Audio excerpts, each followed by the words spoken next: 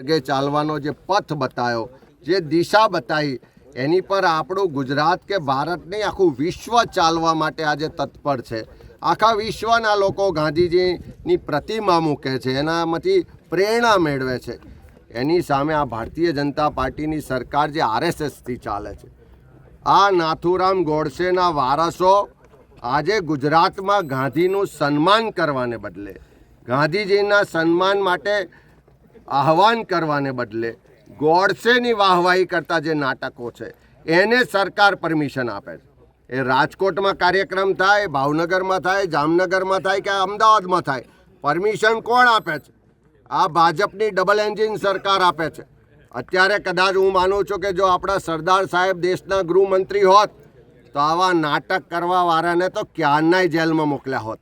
પણ નરેન્દ્ર મોદી વડાપ્રધાન છે, અમિત શાહ ગૃહમંત્રી છે, ડબલ એન્જિનની સરકાર છે, તેમ છતાં ગુજરાતમાં ઠેર ઠેર ગોડસેની વાહવાહી કરતા, ગોડસે ગાંધીજીને માર્યા એને સાચું ઠેરવવાનો પ્રયત્ન કરતા આરએસએસના જે ચમચાઓ નાટકો કરવા નીકળ્યા છે.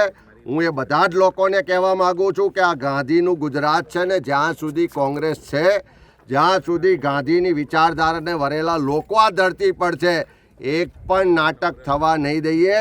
તોડફોડ થાય કે કોઈ પણ સંજોગો થાય, એક પણ નાટક નહીં યોજાય.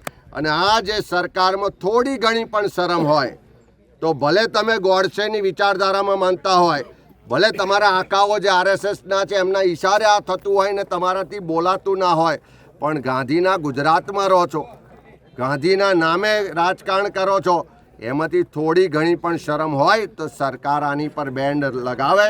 નહીં તો કોંગ્રેસ પાર્ટી ને ગુજરાતના ગાંધી વિચારના વાહકો એક પણ જગ્યાએ આવા નાટકો થવા નહીં દે. અને એના માટે જે પરિસ્થિતિનું નિર્માણ થશે એની સંપૂર્ણ જવાબદારી આ ભાજપની સરકારની રહેશે.